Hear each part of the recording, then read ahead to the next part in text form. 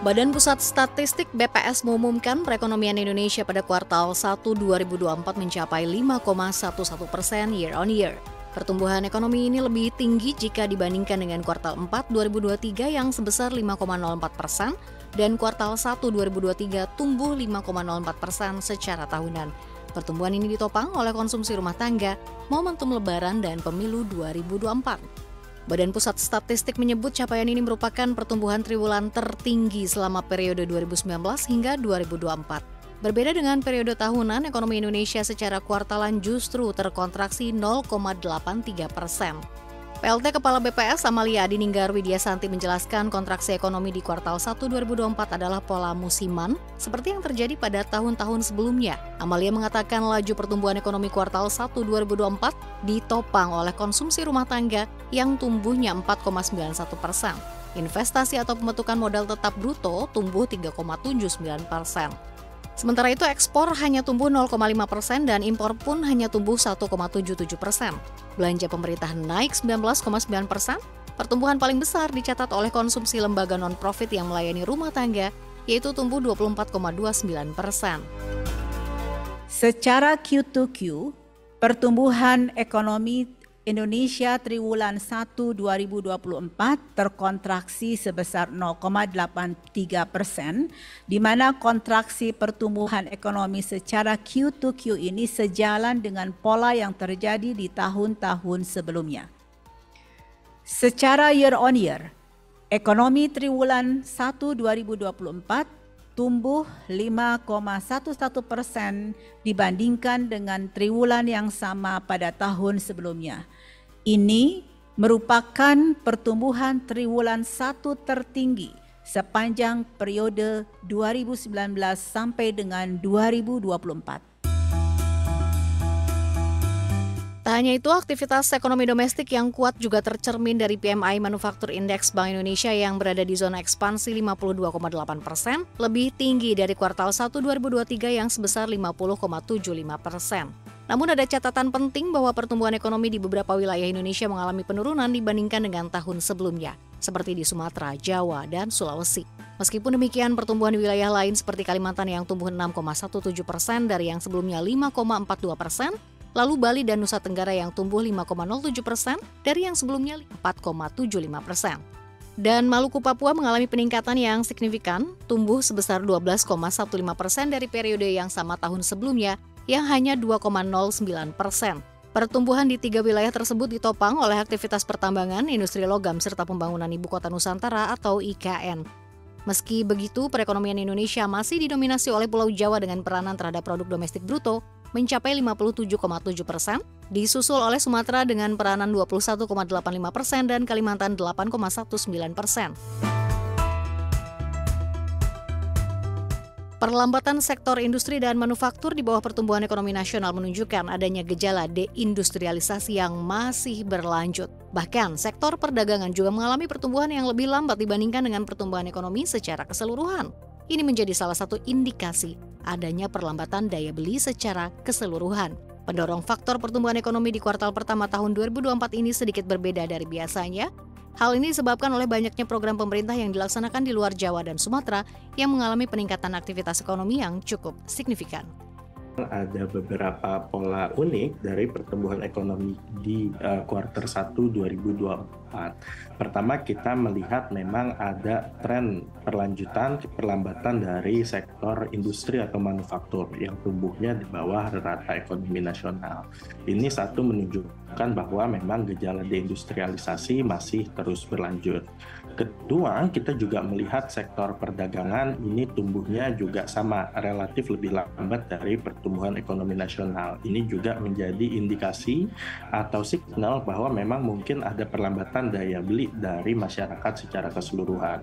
Kalau kita lihat dari sektor penopang, ini yang tumbuhnya cukup tinggi adalah konstruksi, pertambangan, dan administrasi pemerintahan. Nah, ini yang juga menunjukkan kenapa di beberapa daerah pertambangan ini tumbuhnya cukup signifikan. Dan juga kita melihat misalnya sektor sektor konstruksi ini juga sebagai salah satu proyek yang terus didorong oleh pemerintah Jokowi menjelang akhir periodenya menopang pertumbuhan yang cukup tinggi. Jadi memang pendorong faktor ekonomi kita di kuartal 1 2024 ini agak berbeda dari kondisi biasanya, di mana kondisi biasanya ini didorong oleh konsumsi masyarakat. Di Jawa dan Sumatera ini lebih didorong oleh berbagai program pemerintah yang memang terjadi di luar Jawa dan Sumatera, sehingga kemudian kita melihat walaupun tumbuhnya cukup tinggi 5,11%, tapi komposisi pendukung pertumbuhannya ini relatif berbeda dari kondisi business as usual. Namun jika dibandingkan dengan negara lain, pertumbuhan ekonomi Indonesia di 5,11% ini lebih tinggi dibandingkan kinerja pertumbuhan ekonomi Amerika Serikat yang tumbuh 3%, Jepang 1,2%, dan Singapura 2,7%. Namun, pertumbuhan ekonomi Indonesia ini kalah dari China yang melesat 5,3% dan India sebesar 7,3%. Meski Indonesia berhasil mempertahankan pertumbuhan ekonomi di atas 5% di tengah resesi global dan ketidakpastian ekonomi global, Presiden Joko Widodo memperingatkan bahwa tantangan ekonomi tidaklah mudah. Hal ini disebabkan oleh pertumbuhan ekonomi global yang hanya tumbuh 3,2% akibat dampak berkepanjangan dari pandemi COVID-19. Selain itu, Jokowi juga menyinggung soal negara-negara yang menuju resesi seperti Jepang, Inggris, dan Eropa. Oleh karena itu, Jokowi meminta kehati-hatian dalam mengelola anggaran fiskal dan memperhatikan skala prioritas. Menurut Jokowi, saat ini semua negara takut pada 3 hal, seperti kenaikan harga minyak dan masalah kenaikan suku bunga pinjaman. Karena sekarang ini semua negara takut dan sangat ketakutan terhadap 3 hal. Yang pertama, harga minyak. Yang kedua, masalah bunga pinjaman. Semua pada takut masalah itu. Karena begitu bunga pinjaman naik sedikit saja, beban terhadap fiskal itu akan sangat besar. Dalam menghadapi situasi ini, Presiden Jokowi menegaskan bahwa pemerintahannya akan berhati-hati dalam mengambil kebijakan fiskal dengan memperhatikan skala prioritas dan menghindari peningkatan yang tidak terkendali dalam belanja negara. Demi menjaga stabilitas ekonomi, pengelolaan fiskal ke depan akan semakin hati-hati tanpa mengabaikan kebutuhan dan aspirasi masyarakat. Sekarang ini kita dihadapkan kepada situasi yang tidak mudah, tantangan yang tidak gampang. Pertumbuhan ekonomi global diperkirakan hanya tumbuh 3,2%.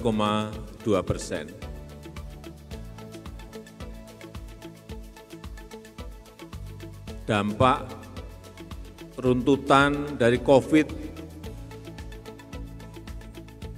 juga masih terasa sampai sekarang. Kita tahu beberapa negara telah masuk pada resesi.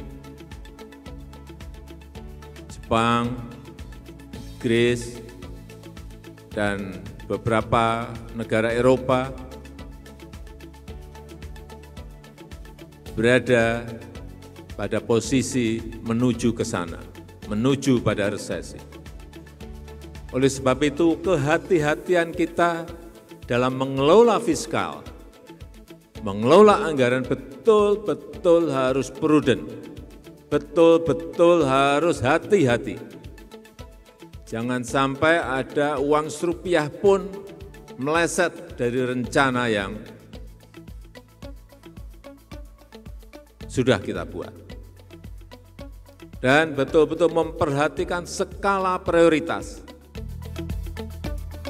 Hal ini juga sejalan dengan Asian Development Bank memperkirakan ekonomi Indonesia masih tetap tumbuh kuat pada level 5% pada 2024 dan 2025 di tengah sederet ancaman besar.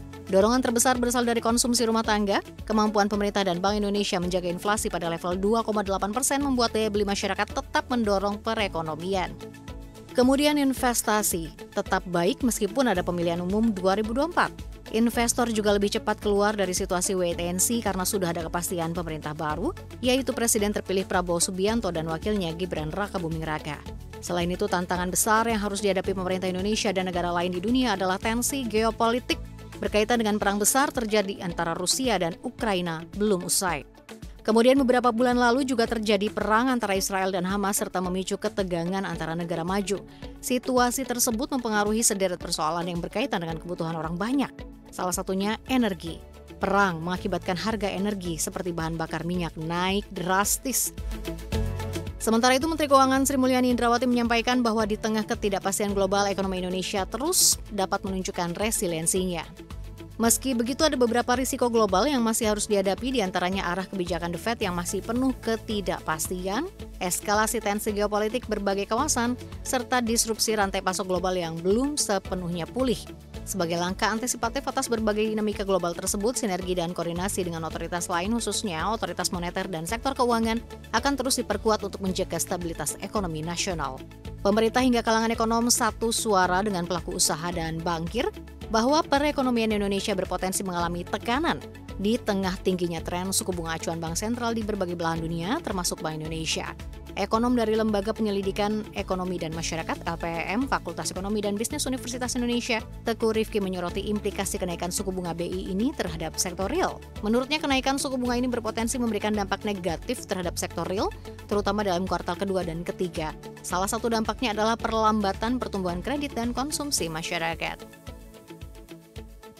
Oke, jadi ini juga menjadi salah satu faktor yang cukup kita perhitungkan di kuartal 2 maupun kuartal 3 2024, bahwa kenaikan suku bunga BI tentu akan memiliki dampak negatif terhadap sektor real.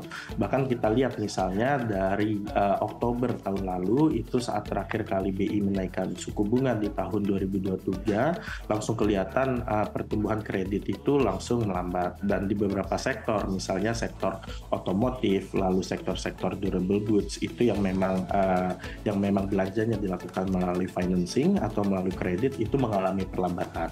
Nah, tapi memang kenaikan suku bunga oleh Bank Sentral dalam hal ini BI itu memang membutuhkan waktu atau lag untuk kemudian termaterialisasi di sektor real. Jadi inilah yang kemudian kita ekspektasi akan terjadi di Q2 maupun Q3, bahwa akan ada perlambatan dari sektor pertumbuhan kredit juga dari sisi belanja masyarakat, karena juga by default selain pertumbuhan kredit yang melambat, biasanya kenaikan suku bunga ini juga akan memicu naiknya saving dari masyarakat ketimbang consumption.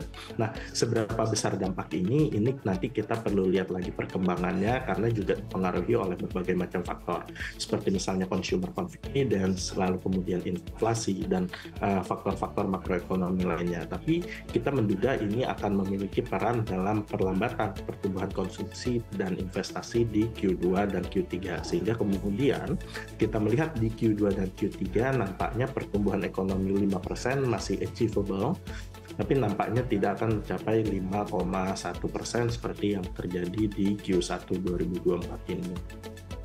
Pemerintah tetap optimistis pertumbuhan ekonomi Indonesia akan tetap tumbuh 5,2% pada tahun ini, meskipun laju pertumbuhan ekonomi kuartal 1 2024 hanya tumbuh 5,11%, sedikit melenceng dari perkiraan Menteri Keuangan Sri Mulyani Indrawati yang sebesar 5,17%. Meski melenceng dari perkiraan Sri Mulyani, realisasi pertumbuhan ekonomi kuartal 1 2024 ini menjadi yang tertinggi selama periode kedua masa pemerintahan Presiden Joko Widodo. Dengan laju pertumbuhan ekonomi hingga kuartal 1 2024 yang masih tumbuh kuat di kisaran 5%, Wamenkeu Suhasil Nazara mengatakan yang menjadi pekerjaan rumah pemerintah saat ini adalah mencari sumber-sumber pertumbuhan ekonomi baru.